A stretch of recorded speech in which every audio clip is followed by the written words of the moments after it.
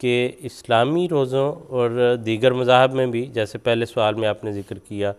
کہ روزوں کا ذکر ملتا ہے، تو اسلامی روزوں اور دیگر روزوں میں کیا فرق ہے بنیادی طور پر، اور اسلامی روزوں کی ان پر فضیلت کیا ہے؟ وسیم صاحب، سب سے بڑی فضیلت تو وہی ہے جو ہمارے آقا و مولا حضرت اقدس محمد مصطفیٰ صلی اللہ علیہ وسلم نے بیان فرمائی اور احادیث میں وہ موجود ہے۔ حضور نے فرمایا کہ ہمارے روزوں اور اہل کتاب کے روزوں میں ایک فرق سحری کا کھانا ہے،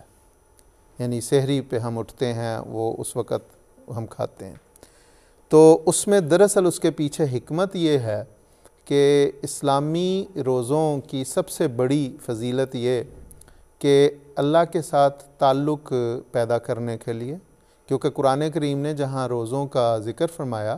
انہی احکامات کے درمیان یہ بھی فرمایا کہ وَإِذَا سَأَلَكَ عِبَادِي عَنِّي فَإِنِّي قَرِيبٌ،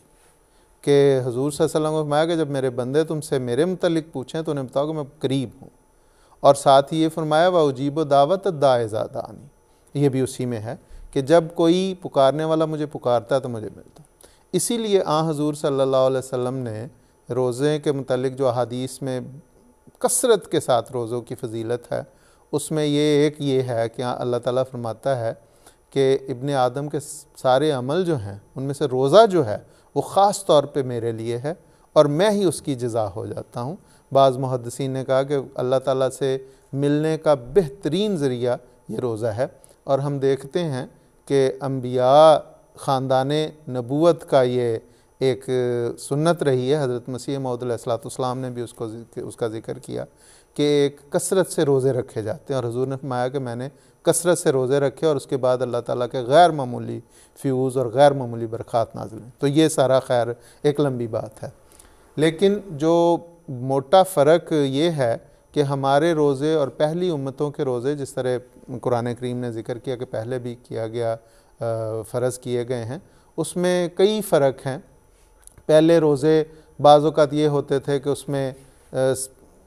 افطاری نہیں ہوتی تھی، صبح کے وقت کھایا اور پھر 8 پہر کا روزہ۔ بعض مذاہب میں ایسے روزے تھے کہ کئی دن کا روزہ ہوتا تھا، مسلسل 4 5 دن کا۔ بعض روزے ایسے کہ جس میں خاص مخصوص غذائیں، مثلا آگ پہ پکی ہوئی غذا نہیں کھانی۔ اسی طرح بعض رومن کیتھولک کے ایسے روزے ہیں جن میں گوشت کی ممانعت تھی، باقی ساری چیزیں کھائی جا سکتی تھی۔ تو مختلف مذہبوں میں مختلف روزے، اس پہ حضرت مسلم اور رضی اللہ تعالیٰ عنہ نے بڑی تفصیل کے ساتھ اس کی حکمتیں بھی بیان کی، اس کی وجوہ بھی بیان کی۔ لیکن بہرحال ہمیں جو بہترین جو دیا روزے کا کہ سال میں 1 مہینہ رہا جائے، اور اس کی وجہ بیان کر دی، جیسے ابھی منصور صاحب نے تفصیل کے ساتھ بیان کیا کہ لعلکم تتقون۔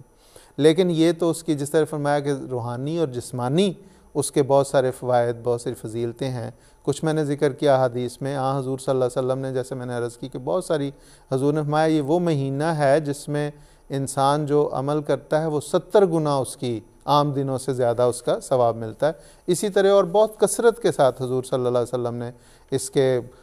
اس میں جہنم کے دروازے بند کر دیے جاتے ہیں، جنت کے دروازے کھل جاتے ہیں۔ اس کی بھی آگے تفسیر ہے کہ نیکی کی تحریکات بہت زیادہ، اگر اس میں کوئی نیکی کی طرف آنا چاہے تو اللہ کے رستے اسے بڑی آسانی سے مل سکتے ہیں، شیطان کے چنگل سے وہ آسانی سے چھوٹ سکتا ہے۔ تو یہ اس کی فضیلتیں ہیں جو اس میں بہرحال بیان